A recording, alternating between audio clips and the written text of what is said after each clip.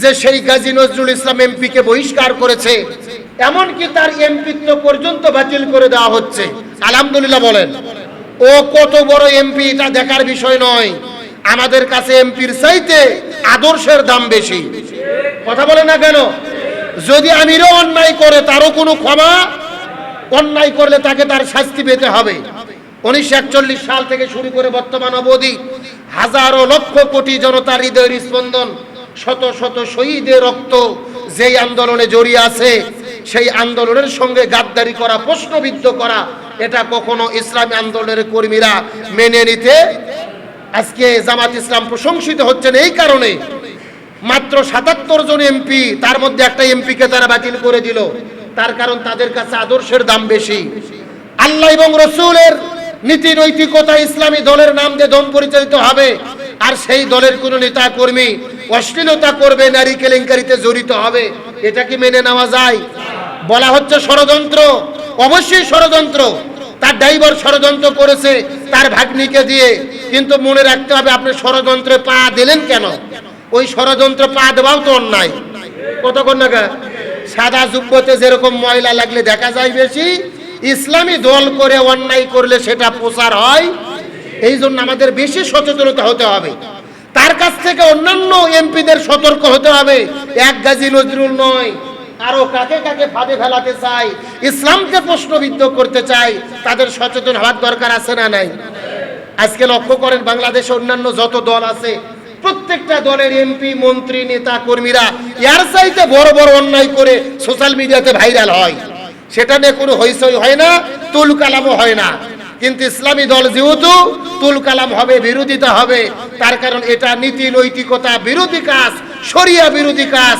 আপনি ইসলামী দল পরিচয় দেবেন আর শরীয়ত বিরোধী কাজে লিপ্ত হবেন, এটা যেরকম সমাজও মানবে না, আল্লাহ মানবে না। তবে তারা প্রমাণ দিয়েছেন অন্যের সাথে কোনো আপোষ নয়।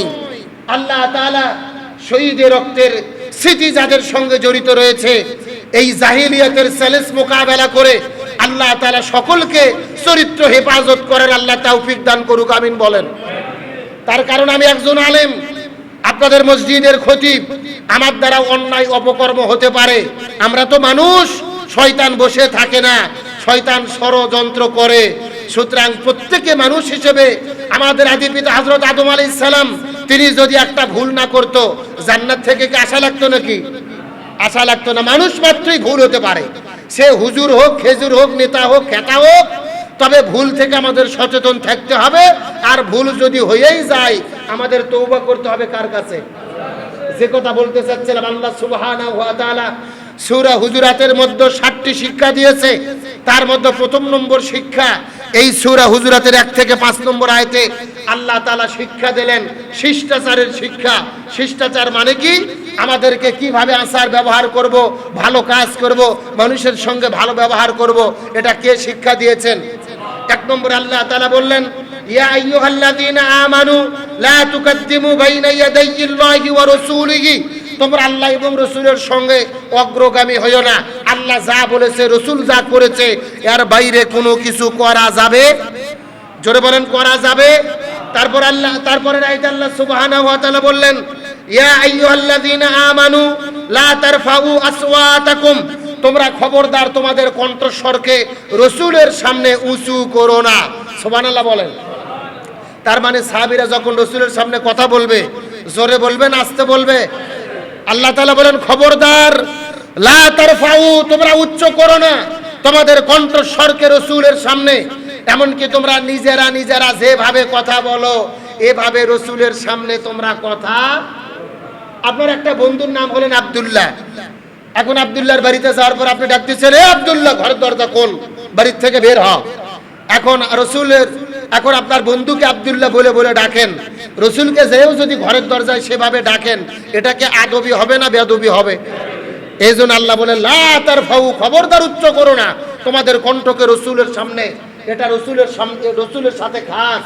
তার মানে রসুলের সামনে উচ্চ কণ্ঠে কথা বলা হারাম, কবিরা গুনাহ। কে নিষেধ করলেন?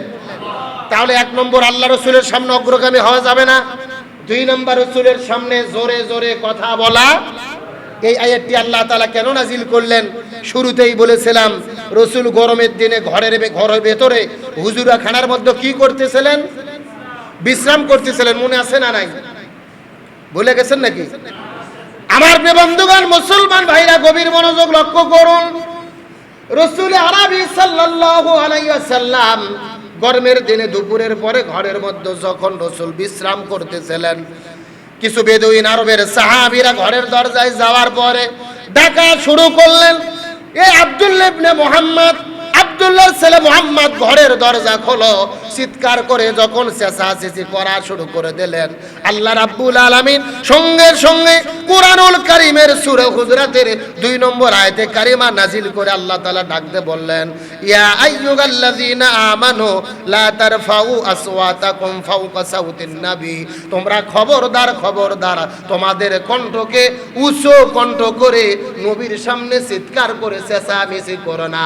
তোমরা নিজেরা যেই রকম ভাবে কথাবার্তা বলো এই রকম ভাবে নবীর সামনে কথা বলা যাবে। শুধুমাত্র কথা বলা যাবে না, এখানে আল্লাহ শেষ করে নাই। আল্লাহ বললেন যদি তোমরা সেটা করো আনতাহাবাত আমালাকুম, তোমাদের আমলগুলো ধ্বংস হয়ে যাবে। আনতাহাবাত আমালুকুম, তোমাদের আমলগুলোকে ধ্বংস করে দেওয়া হবে।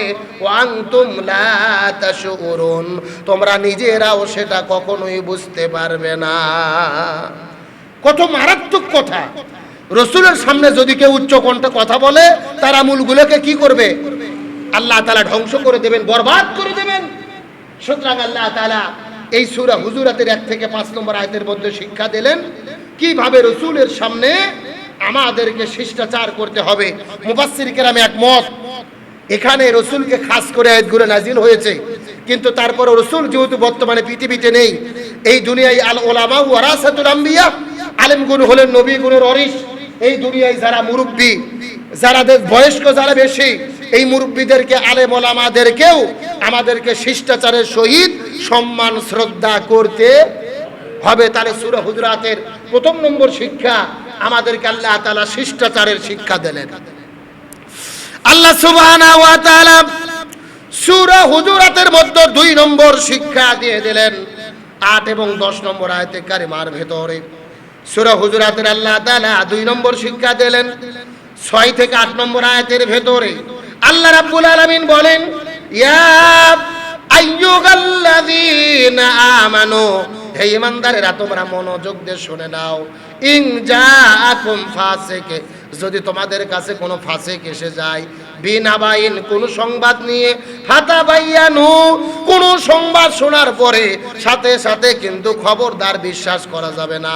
ফাতাবায়ানু, তোমাদেরকে যাচাই বাছাই করতে হবে, তদন্ত করতে হবে। আনতাসিবু কওমান বিজাহালাতি ফাতুসবিহু আলা মা ফাআলতুম নাদিমিন, আর কোন ফাসিকের কথা শুনে যদি তোমরা সিদ্ধান্ত নাও, এর জন্য পরবর্তীতে তোমরা লজ্জিত হতে পারো।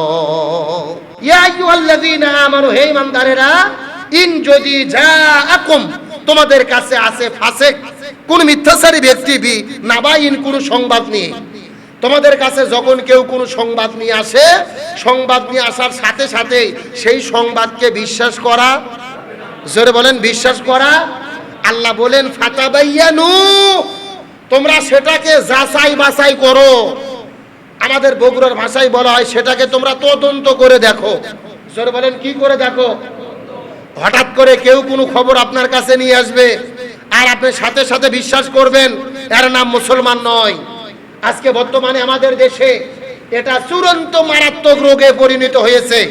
হাতে হাতে মোবাইল, ফেসবুক, ইন্টারনেট, যারা যেই খবর দেখে সাথে সাথে বিশ্বাস করে প্রচার করে, শেয়ার করে, ছড়িয়ে দেয়, লাইক করে, কমেন্ট করে, এমন লোক আমাদের মধ্যে আছে না নাই?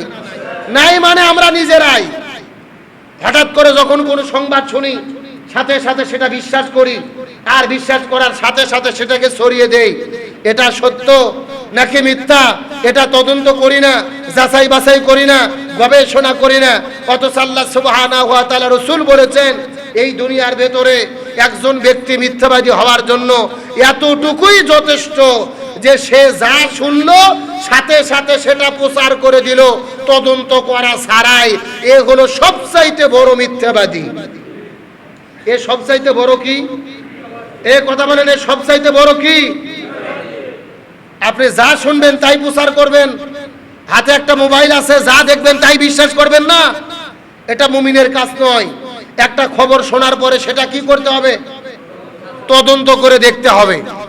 আপনাদের এলাকার কোন হুজুর অথবা কোন আলেম তার ব্যাপারে একটা কথা হঠাৎ করে শুনলেন চায়ের দোকানে, যে শুনলাম অমুক হুজুরের নাকি এই ঘটনা, সাথে সাথে আপনি আবার আরেকজনক প্রচার করে দিলেন যে হুজুর এই কাজ করছে, উনি আবার আরেকজনক বলতেছে।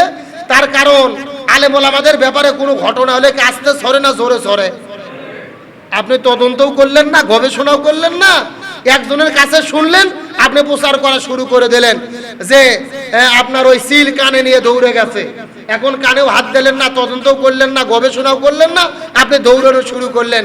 এটা কি ইমানদার মুসলমানের কাজ হতে পারে? এই জন্য আল্লাহ তাআলা সূরা হুজুরাতের 2 নম্বর শিক্ষা দিলেন, যখনই কোনো সংবাদ আপনি পাবেন সাথে সাথে সেটা বিশ্বাস করা যাবে না, তদন্ত করে দেখতে হবে হুকুম কার। আরো জোরে বলেন, তদন্ত করা ছাড়া, যাচাই বাছাই করা ছাড়া এটা প্রচার করা যাবে না। আমার প্রিয় বন্ধুগণ, মুসলমান ভাইরা গভীর মনোযোগ লক্ষ্য করুন। তাহলে আল্লাহ তাআলা সূরা হুজুরাতের 2 নম্বর শিক্ষা দিয়ে দিলেন, ফাসিকের কথা শুনে কোনো সিদ্ধান্ত গ্রহণ করা যাবে না। সূরা হুজুরাতের 3 নম্বর শিক্ষা আল্লাহ তাআলা 9 নম্বর থেকে 10 নম্বর আয়াতের মধ্যে আল্লাহ রাব্বুল আলামিন বলেন, ওয়া ইন তাইফাতানি মিনাল মুমিনিনা, যদি কোনো মুমিনদের মধ্য থেকে 2 দল ঝগড়ায় লিপ্ত হয়ে যায়, যুদ্ধের মধ্যে লিপ্ত হয়ে যায়, মনোমালিন্য হয়ে যায়, ফাসলিহু বাইনাহুম, তাহলে তুমি তাদের ভেতরে সংশোধন করে দাও, ঝগড়া বিবাদকে তোমরা মীমাংসা করে দাও। এখন আপনাদের জিজ্ঞাসা করি, বলেন তো ইমানদার মুমিনের মধ্যে যদি ঝগড়া হয়, এই ঝগড়াটাকে আপোষ করে দিতে হবে, মীমাংসা করে দিতে হবে, হুকুম কার? কিন্তু আমরা কি মীমাংসা করে দেই? কথা কর না, আমরা কি মীমাংসা করে দেই? আমরা আরো ঝগড়া কিভাবে বাঁধানো যায় আমরা সেই তালে থাকি। গ্রামের মধ্যে দেখবেন 2 গ্রুপে মারামারি হয়েছে, এখন আমাদের উচিত হলো এই 2 গ্রুপের মধ্যে কি করে দেওয়া? মীমাংসা করে দেওয়া, আপোষ করে দেওয়া। কিন্তু আমরা এমন মানুষ, ওই দলক যেয়ে বলি যে ওদের বিরুদ্ধে তোরা মামলা করে দে, আর এই দলক আবার যেয়ে বলি ওরা কিন্তু থানাত গেছে, সচেতন হ। এমন লোক আমাদের সমাজে আছে না নাই? মানে বলে না, আগুন যখন লাগে পানি দেওয়ার বদলে আমরা ঘি ঢালি, কিভাবে আগুনকে আরো বেশি বড় করে জ্বালানো যায়। অথচ আল্লাহ তাআলা বললেন, যখন তোমাদের 2 ভাইয়ের মধ্যে ঝগড়া বিবাদ হয়ে যাবে, তখন সেটা ফাসলিহু, তোমরা মীমাংসা করার জন্য চেষ্টা করো। এটা কার কথা? আরো জোরে বলেন। এই জন্য স্বামী স্ত্রী যখন ঝগড়া হবে, আর একজন এসে এই সম্পর্কের মধ্যে বিভেদ নয়, ভাইয়ে ভাইয়ে যখন ঝগড়া হবে, এই সম্পর্ক বিভেদের ষড়যন্ত্র নয়। গ্রামে গ্রামে পাড়া মহল্লায় যখন ঝগড়া হবে মুমিনদের ভেতরে, এটা বিভেদ করার পরিকল্পনা নয়। সূরা হুজুরাতের 3 নম্বর শিক্ষা, মুমিনে যখন ঝগড়া বিবাদে লিপ্ত হবে, তাদেরকে মীমাংসা করে দিতে হবে। কার কথা?